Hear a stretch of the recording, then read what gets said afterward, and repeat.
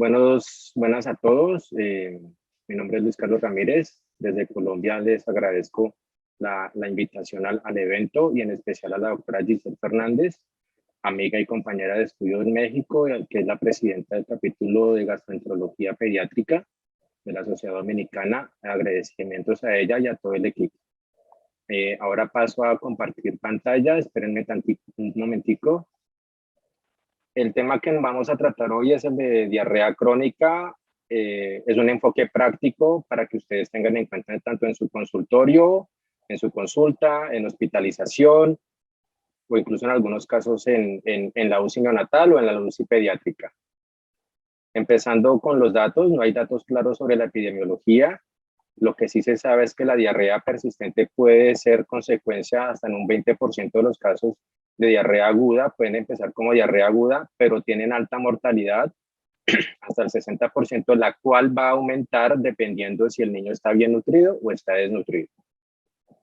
El único así dato a nivel mundial es de un documento de la OMS en el 2014, donde escogieron 7 países del tercer mundo, países en vías de desarrollo, donde hasta el año de edad podría haber hasta un 60% de mortalidad, hasta los 4 años hasta un 56%, y hasta un 70%, ya les dije, de esa mortalidad podría estar asociada a la desnutrición. Aquí en nuestro país, en Colombia, solo un antecedente de un estudio en el 2006 en una institución en Bogotá, el doctor Vera, con 100 pacientes, hasta un 60% de los pacientes hasta los 4 años eran masculinos, niños, y la duración promedio era hasta de 2 meses, con una media de posiciones de 6 evacuaciones al día. Este estudio no fue tan conocido y no es tan accesible, pero la única falla es que no mencionaba las causas exactas. Entonces, pero es el único paciente y como ven ustedes, no hay datos claros de estudios en este tema. Lo que sí hay que tener en cuenta son las definiciones de los cuadros diarreicos según la OMS. Recuerden que la diarrea aguda va hasta los 7 días, la diarrea persistente es la que dura más de 14 días de inicio agudo, todas van a iniciar agudas, y presumiblemente de etiología infecciosa, que no incluye estados de malabsorción como la enfermedad celíaca o la fibrosis quística, que son como los ejemplos más claros.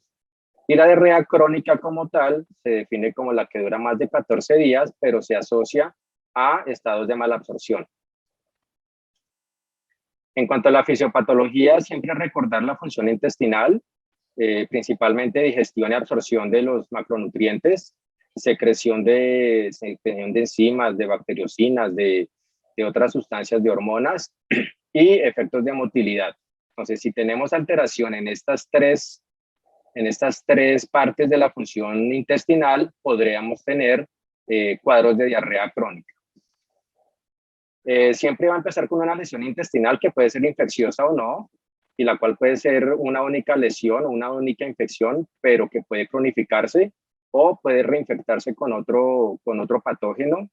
Esta lesión va a producir efectos secundarios, sobre todo a nivel de la microvellosidad, que puede producir atrofia y puede producir intolerancia a la lactosa o fenómenos alérgicos, y también puede producir efectos de disbiosis que pueden llevar a un sobrecrecimiento bacteriano.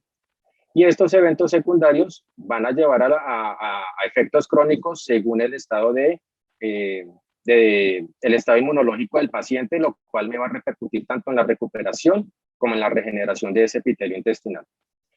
Entonces, pues ustedes podrán ya sacar conclusiones de que un paciente desnutrido que tiene inmunodeficiencia secundaria a esa desnutrición puede estar en mayor riesgo de desarrollar diarrea intestinal, asociada o no a problemas o a estados de malabsorción. La historia clínica es a veces muy compleja, pero podemos tener ciertas claves, ciertos datos exactos, ciertos datos fáciles para poder pensar en alguna etiología. Los recién nacidos que presentan diarrea crónica o diarrea con sangre, diarrea sanguinolenta, siempre pensar en alguna sepsis, especialmente la enterocolitis necrosante, y Si no, pues siempre pensar en diarrea congénita, que es un tema que mucho más largo que vamos a hablar al final. Los lactantes generalmente siempre pensar en alergia y especialmente en alergia a la proteína de la leche de vaca. Cuando son preescolares que no tienen ningún tipo de síntoma de dato de alarma y tienen algún comportamiento específico en cuanto a mala alimentación, pueden ser pacientes con diarrea funcional. Lo mismo en escolares, aquí ya cuadros funcionales, un síndrome de intestino irritable, por ejemplo, y ya en los adolescentes pensar, o si es un intestino irritable, si no tiene datos de alarma, pero si tiene datos de alarma constitucionales o sangrados, por ejemplo, pensar siempre en enfermedad inflamatoria intestinal, la cual también se puede llegar a presentar en los escolares.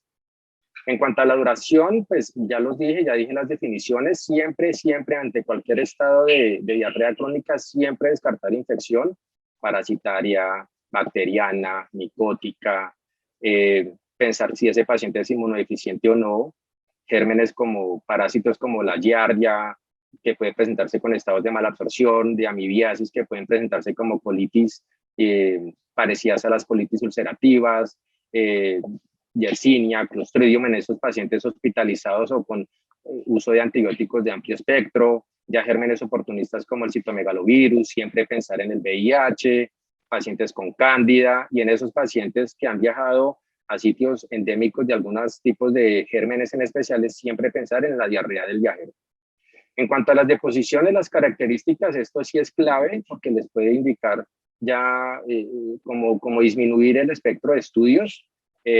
Cuando son diarreas líquidas, siempre pensar en que puede ser de mecanismo osmótico o de mecanismo secretor. Si hay presencia de sangre, pensar en una enfermedad, en un estado inflamatorio de colitis o de enteritis. Si hay esteatorrea, presencia de grasa en la evacuación, pensar siempre en malabsorción. Y si hay presencia de alimentos, de restos de alimentos, como lientéricas, siempre pensar en un cuadro funcional. Y en cuanto a la dieta, cuando son dietas o basadas en altos azúcares, aquí yo no sé en Dominicana qué tanto esté apegada a la cultura del jugo o de las limonadas. Aquí en Colombia es un país de jugos, que es básicamente alto contenido de azúcares simples, puede generar cuadros diarreicos funcionales. Y cuando son diarreas que inician precisamente cuando se les introduce algún tipo de alimento, ya sea una fórmula infantil o algún tipo de complementaria especial que no había recibido antes, siempre pensar en una probable alergia. En el examen físico, pues si es funcional, lo más probable es que sea un examen físico normal. Siempre, siempre, por favor, usar talla y peso y usando los índices de crecimiento de la OMS. Si hay unos signos de desnutrición, si hay unos signos de malabsorción, siempre buscar palpar el abdomen, obviamente un examen físico completo y muy especialmente un examen perianal, sobre todo en los escolares o en los adolescentes con síntomas de alarma, que les puede hacer pensar, por ejemplo, en una enfermedad de Crohn.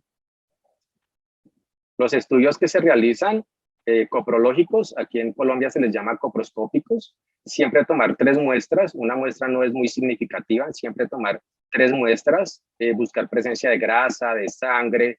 Los leucocitos aumentados solamente me dicen que inflamación, pero no específicamente me dicen, oiga, es una infección bacteriana. Entonces, cuidado con la interpretación de estos estudios. Los parásitos, tener en cuenta que tenemos parásitos como flora normal, entonces, a no ser de que sea una giardia, una amebiasis con trofozoitos o cualquier otro parásito no comensal, sino oportunista, siempre pensar que esa probablemente sea la causa de la diarrea. El Clostridium, las toxinas, siempre pensarlos en pacientes con presencia de sangre en las evacuaciones, pacientes hospitalizados, con antibióticos de amplio espectro o uso indiscriminado o crónico de los inhibidores de bomba. Electrolitos fecales es un estudio que siempre se preconiza en los estudios, pero la verdad es que es muy poco disponible y muy difícil su interpretación, pero pues se los menciono porque pues se entra dentro del estudio, pero la verdad es poco práctico. El cuadro hemático, pues como todo, solamente para mirar si hay presencia o no de reacción inflamatoria. Ojo con estas anemias como inexplicables, que puede ser un síntoma o un cuadro clínico asociado, por ejemplo, a una enfermedad de Crohn, o una anemia ferropénica asociada sin causa clara a una enfermedad celíaca, por ejemplo. Y Estos estudios son más especializados y aquí solamente les voy a hacer recalca en la calprotectina fecal, que es un marcador inflamatorio del intestino, sobre todo del colon, y va a estar elevada por encima de 200, sobre todo en enfermedad inflamatoria intestinal, pero como es un reactante de inflamación, puede estar también elevado en infecciones, incluso en alergias, pero siempre su uso se ha visto para diferenciar si es un cuadro, por ejemplo, de intestino irritable o de una enfermedad inflamatoria intestinal. Entonces, si ustedes tienen un cuadro sugestivo de enfermedad inflamatoria, un examen que no se les puede olvidar es la calprotectina fecal. Estos dos estudios para mirar si hay pérdida de proteínas o atorrea, síndromes de malabsorción, pero la verdad es que son muy difíciles de hacer y mucho más difícil la recolección de la muestra. Pacientes con síndromes de malabsorción, sobre todo de grasas, tipo fibrosis quística o compromiso pancreático crónico, que ustedes lo sospechen, siempre tomar elastasa fecal. Y si está menor de 200, es una insuficiencia. Entonces, siempre tomar esto, y si está disminuida, buscar algún tipo de compromiso pancreático.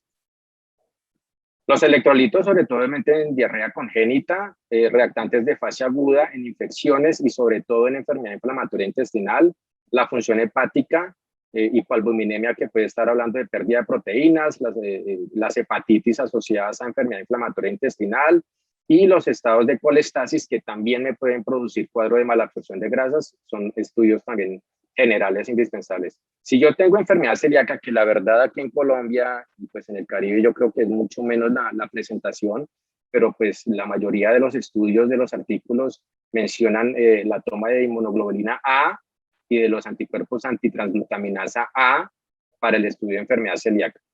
Y los estudios genéticos ya deben ser mucho más especializados en centros de tercera, de cuarto nivel de atención para estudios de diarreas congénitas, que luego hablaremos un poco.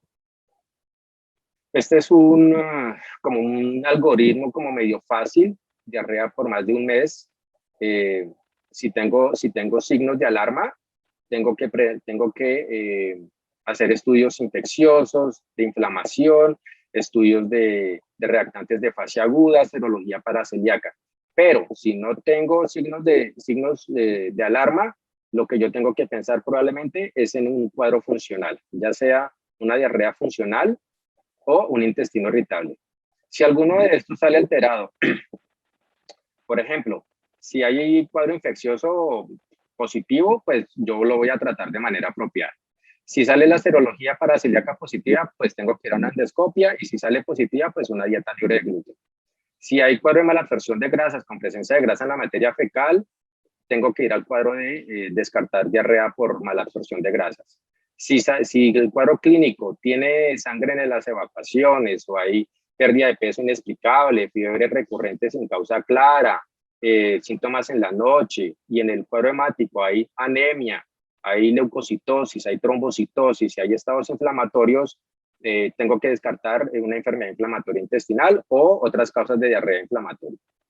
Y si no tengo nada de eso, sino solamente es una diarrea líquida, con todos los estudios negativos o con alteración hidroelectrolítica, tengo que ir al protocolo de una diarrea líquida, que tiene dos mecanismos, osmótico y diarrea secretora, que básicamente, pues aquí están todas las características, pero la diferencia básicamente es con la respuesta o no al ayuno.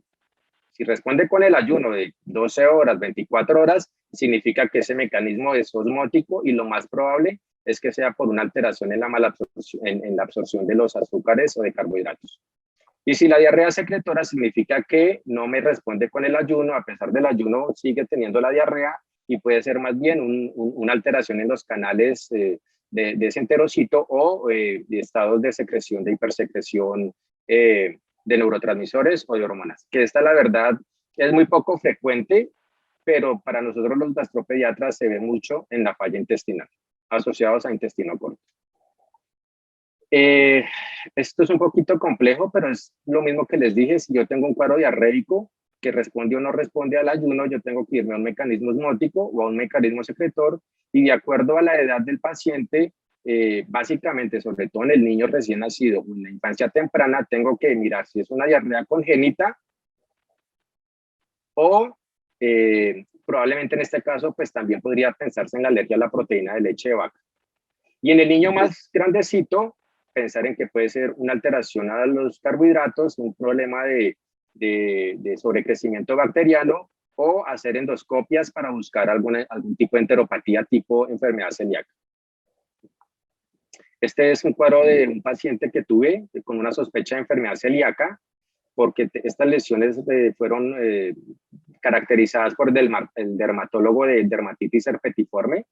Estaba sintomático a nivel abdominal, pero de todas maneras es algo que tenemos que descartar. Se le hizo la serología y la serología salió negativa.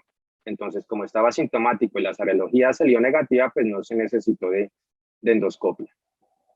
La diarrea inflamatoria es esa diarrea con moco, con sangre y sobre todo síntomas constitucionales, y lo primero que tenemos que pensar es en una enfermedad inflamatoria intestinal. Ya descartándola, pues me voy con todo esto. Entonces, la diarrea inflamatoria, y si es al inicio de un recién nacido o de lactante temprano, tengo que descartar la enterocolitis necrosante y manejarlo como una probable alergia a la proteína de leche de vaca. Si mejora, pues sigo el manejo con restricción. Si no mejora, tengo que hacerle endoscopias, colonoscopia, porque puede ser una enfermedad inflamatoria intestinal de inicio muy temprano o enteropatías autoinmunes. Si es en el niño más grandecito, siempre tengo que descartar infecciones digestivas, gastrointestinales, y si no hay, o si lo trato, pero si persiste, tengo que descartar nuevamente enfermedad inflamatoria intestinal. Siempre tengan presente la enfermedad inflamatoria intestinal, colitis ulcerativa y enfermedad de Crohn o colitis indeterminada. Estos son pacientes míos, diarreas crónicas con presencia de sangre. Vean ustedes en la colonoscopia, las ulceritas, la pérdida del patrón vascular, el edema, este es el ciego, este era creo que el sigmoides, este es otro paciente con edema, sangrado fácil con el paso del endoscopio. Todos estos pacientes resultaron tener colitis ulcerativa. Este paciente con lesiones en la lengua que parecieran como aftas orales, que pudiera pensarse que fuera alguna infección micótica o alérgica, pilas porque esto pueden ser aftas orales asociadas a enfermedad de Crohn como manifestación extraintestinal. Lo mismo rash no especificado, artralgias, artritis, asociados a síntomas abdominales crónicos, especialmente la diarrea, siempre piensen en enfermedad inflamatoria intestinal. Este es otro paciente con diarrea, vómito crónico, pérdida de peso, síntomas constitucionales desde los 2 años de edad. Se le hizo la colonoscopia, se pensó en una enfermedad de Crohn por el compromiso de estenosis, este es el colon ascendente. Aquí vean ustedes, no es tan fácil ver, pero aquí hay un realce, aquí hay una dilatación del colon ascendente, pero a este niño se le hizo el estudio, se pensó en enfermedad de Crohn, pero terminó siendo un linfoma de Burkitt. Pero entonces vean ustedes que siempre pueden haber confusiones y siempre van a haber casos difíciles. Pero a la primera vista y con las biopsias, con el reporte que se nos dio, era probablemente una enfermedad de Crohn. Entonces, siempre en estos pacientes una colonoscopia, una endoscopia es indispensable. Lo remiten si piensan que puede ser una enfermedad inflamatoria. Si están dentro del cuadro de una esteatorrea, siempre pensar en una mala absorción de grasas. Que puede ser por fibrosis quística, un síndrome de Shashman-Diamond, que es asociada a una anemia, siempre colestasis, resecciones intestinales amplias. La celíaca también puede producir esteatorrea, la enfermedad de Crohn, infangiectasias, que esta sí es un poco más rara, o enfermedad perdedora de proteínas. Bueno, y estas abetalipoproteinemias, pero pues son mucho más raras. Si yo tengo esteatorrea con edemas y con hipoalbuminemia, con leucopenia, con disminución en la IgG, tengo que pensar en una linfangiectasia o en una enteropatía perdedora de proteínas. Si yo tengo enfermedad esteatorrea, pero le hago una elastasa, y si la elastasa está anormal, tengo que pensar en una insuficiencia pancreática y fibrosis quística como primera medida, y otras pancreatitis crónicas. Pero si la elastasa es normal y tengo eventos de colestasis o hepatitis, tengo que pensar en una hepatopatía colestásica. Ahora, en mi caso, o en los gastropediatras que estén presentes, van a pensar ustedes que, van a ver ustedes que la mayoría de diarreas crónicas en nuestra consulta o en nuestra práctica diaria son diarreas funcionales. Recordemos que como todo trastorno funcional, nos guiamos por los criterios de Roma 4. Y estos pacientes son los niños preescolares antes de los 4 años, con diarreas más de un mes, menores de 5 años, con más de 4 evacuaciones no formadas, pueden ser pastosas o totalmente líquidas. Muy frecuentemente tienen eventos como de intermitencia, muy líquidas o a veces, pero generalmente no lo hacen formadas, pero sin datos de alarma. Son esos niños que aparentemente ser sanos, no hay antecedentes quirúrgicos, no se enferman. Entonces son esos niños sanos, pero con diarrea, que pueden ser asociados a dismotilidad, pueden presentar moco un poquito y presencia de restos de alimentos. Y muy frecuentemente este cuadro de diarrea funcional es asociado a un alto consumo de azúcares no absorbibles, en el caso aquí de Colombia de jugos, poca fibra o sobrealimentación con bebidas muy azucaradas. Les voy a dar unos ejemplos. Bueno, antes de eso, en el niño escolar o adolescente siempre pensar en el intestino irritable. Aquí están los criterios para que los puedan revisar. Son estos pacientes que tienen dolor abdominal, distensión abdominal, mejoran con la evacuación, pueden turnarse entre diarrea, estreñimiento o evacuaciones normales, pero siempre sin datos de alarma. Y son asociados muy posiblemente o a uso de antibióticos previos, a trastornos en la alimentación y muy frecuentemente piensen en los cambios emocionales, sea estrés, ansiedad, depresión, alguna disfunción a nivel familiar o personal de ese niño. Siempre busquen ese tipo de disparador que me puede estar ocasionando este cuadro clínico. Esta es la recomendación de la Sociedad Académica de Pediatría en cuanto a los jugos. Recuerden que casi siempre son azúcares. O sea, al hacer el jugo, pues se le quita la fibra. Y generalmente estos van a ser carbohidratos no absorbidos que me van a producir una carga osmótica a nivel del colon, arrastrando agua y estimulando la motilidad de ese colon, de ese intestino, me van a producir la diarrea, gases, distensión y obviamente el dolor abdominal. Además que pues, no tiene ningún efecto nutricional y me genera malos hábitos de alimentación. Estos son unos ejemplos de productos aquí en Colombia, no sé si hayan allá en Dominicana. Siempre revisen, estas son las onces que se le están dando a nuestros niños en estas épocas. Siempre revisen la cantidad de azúcares.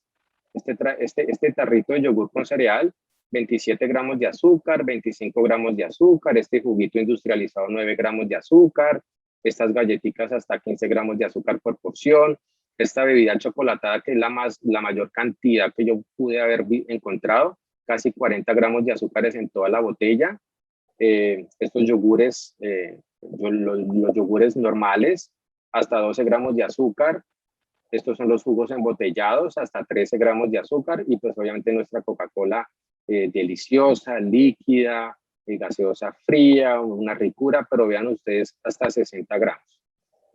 Entonces, todos estos azúcares, revisen ustedes siempre que se le están dando a sus niños, a sus pacientes. Esta carga de azúcares extra, que puede ser casi todos los días o la mayor cantidad de veces al día, si tienen diarrea funcional o intestino irritable, suspendiendo este tipo de productos, el paciente puede mejorar en gran parte. Estas son las recomendaciones de jugos en los niños, según la Americana de Pediatría. El tratamiento va a depender de la causa, siempre mantener un equilibrio hidroelectrolítico, mejorando los edemas, siempre manejar la desnutrición. Si es diarrea osmótica, pues disminuir la cantidad de azúcares que esté recibiendo el niño. Si son alergias, pues restricción de la alimentación. Si hay síndromes de malabsorción, pueden usar triglicéridos de cadena media. En enfermedad celíaca, pues el único tratamiento es la dieta libre de gluten. En la diarrea funcional, pues ya lo dije, suspender jugos y azúcares en exceso y educación sobre alimentación. En el intestino irritable se pregona la dieta baja en FODMAPs, pero pues tampoco hay mucha evidencia, pero es lo único que medio podemos hacer a nivel nutricional. En cuanto a los medicamentos, los antibióticos solamente en infección comprobada, El abuso de los antibióticos me puede crear sobrecrecimiento bacteriano, disbiosis y eso generarme cuadros diarreicos, dolor crónico, incluso intestino irritable. Estos antibióticos sí pueden servirme cuando tengo sospecha sobre crecimiento bacteriano, los esteroides y estos medicamentos para enfermedad inflamatoria intestinal, las enzimas pancreáticas para estados de alteración de insuficiencia pancreática, estos antisecretores cuando son diarreas secretoras y los probióticos. En cuanto a diarrea aguda, sí hay evidencia. En intestino irritable también hay evidencia. En diarrea asociada a antibióticos también lo pueden usar, pero siempre individualizar cada paciente e individualizar cada probiótico. A veces hay que usar tratamientos empíricos porque los estudios son demorados y porque pues, la urgencia de la familia pues, no da tregua, no da espera. En el intestino corto podemos usar loperamida cuando son muy hipermótiles esos intestinos que quedan remanentes. El racecadotrilo puede ser un antisecretor, sobre todo en diarrea aguda. Y cuando son pacientes con intestino irritable, con algún tipo de alteración psicológica o social, pues siempre mandarlos con terapia psicológica, que también nos puede ayudar. En cuanto a diarrea congénita y enteropatías, este es un tema muy complejo, muy complejo, la verdad.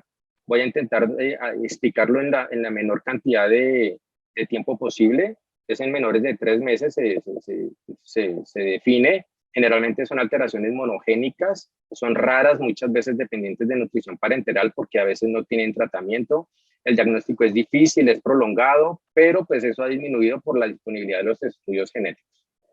Y las vías diagnósticas y el tratamiento son poco claros. Si yo tengo pacientes con signos de alarma, polidramnios, que son consanguinidad o compromiso multisistémicos, los pacientes que tienen de inicio neonatal o que tienen estos signos de alarma, tengo yo que ir a evaluar el tipo de diarrea, porque puedo estar pensando en una enteropatía congénita. En los niños más grandecitos puede ser una alergia, una infección o una enteropatía por proteínas. Siempre tomar estos exámenes iniciales. Y dependiendo de las características de esa diarrea, igual va a ser lo mismo que la diarrea crónica, pero las causas van a ser distintas. Entonces, una diarrea acuosa, una diarrea con grasa o una diarrea con sangre. Nos vamos a enfocar acá. Estos son los estudios que hacemos, son básicamente los mismos. Si acaso lo único distinto van a ser los estudios genéticos que tengamos que realizar. Entonces, si son acuosas, tengo que hacerle endoscopia sí o sí. O si ese paciente responde a un ensayo de suspender la alimentación, tengo que irme a probarle alteración en la malabsorción de carbohidratos, ya sea una deficiencia de glucosa galactosa, en la absorción de glucosa galactosa, de sucrosa isomaltasa, alteraciones en estos genes, en estas proteínas de alteraciones en las células enteroendocrinas, si tengo una alteración en la relación de vellosidad-cripta, si hay alguna alteración histológica, yo tengo que irme a alteraciones estructurales epiteliales, como la enteropatía de penachos, la enfermedad por inclusión de microvellosidades. Esto ya son otras enfermedades con el estudio genético ya positivo. Y si además de eso yo tengo pérdida de proteínas y una enfermedad inflamatoria intensa, una enteropatía autoinmune. Si tengo presencia de grasa, tengo que hacerle la estasa fecal y lo mismo, sino que aquí las causas van a ser un poco distintas. A las deficiencias ya, a las causas ya mencionadas, tengo que agregarle de pronto una enfermedad por retención de kilomicrones. Y si es sanguinolenta, tengo que pensar en una enfermedad inflamatoria de inicio muy temprano o en una enteropatía autoinmune. Generalmente estos pacientes siempre van a terminar en endoscopia y de ahí, de acuerdo a la endoscopia, los hallazgos histológicos, uno se va como guiando. Pero vean ustedes el protocolo tan extenso que puede producir esto. Entonces, estos pacientes con diarreas crónicas que inician antes de los 3 meses, es mejor que siempre los remitan a un estudio donde haya UCI neonatal, donde haya neonatólogo, donde haya genética, donde haya obviamente gastropediatra, cirujano. Entonces estos pacientes son de manejo muy difícil. Yo puedo tener alteraciones en el transporte de electrolitos o en la malabsorción de de ciertos carbohidratos, puedo tener alteraciones en las enzimas epiteliales, en el metabolismo intracelular en ese epitelio, puedo tener alteraciones en el tráfico y en la polaridad de estas microvellosidades, alteraciones en el núcleo, puedo tener alteraciones en las células neuroendocrinas, aquí en neuroendocrinas, y puedo tener alteraciones en las células inmunes a nivel intestinal. Vean ustedes todas las deficiencias, todas las causas que yo puedo tener. Y yo lo puedo descartar de acuerdo tanto a la presencia de la clínica, como ya les dije, la respuesta o no a la alimentación, y tengo que hacerle endoscopia sí o sí a la mayoría de estos pacientes. Y de acuerdo a eso, pues yo voy como cerrando ese espectro diagnóstico, pero sigue siendo muy difícil. Aquí hay algunas características, por efectos del tiempo, pues es muy complejo ahorita hablar de todo eso, pero aquí les dejo como para que tomen la foto un tiempito. La histología es muy importante. Tengo que mirar la arquitectura epitelial, la presencia de células epiteliales, su polaridad y el infiltrado inflamatorio que pueda tener. Una arquitectura normal, tengo que pensar en malabsorción de carbohidratos, alteraciones en las células enteroendocrinas, si hay deficiencias estructurales en esas microvellosidades, el tráfico vesicular en el citoplasmático, algunas inmunodeficiencias, y muy importante en la enteropatía de penacho.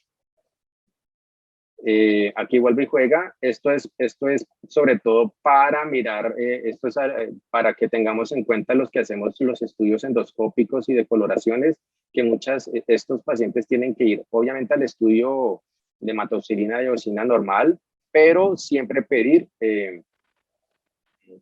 estudios de inmunohistoquímica, dependiendo de los hallazgos a nivel histológico. Y de acuerdo a eso, pues yo puedo ir pensando también en alguna deficiencia inmunológica o a la causa de esa diarrea crónica. Estos son algunos ejemplos, son muy complejos, pero para que vean ustedes una histología, perdón. Estos son tinciones de HIE y estos son tinciones de inmunohistoquímica. Incluso estos pacientes muchas veces van a tener que ir a microscopía electrónica. Entonces vean ustedes que no es tan fácil el abordar. Hay diferentes estudios genéticos, diferentes como técnicas, no me voy a detener porque pues, no es nuestro campo. Y bueno, eso era todo. Agradezco la atención prestada y quedo presto a sus preguntas.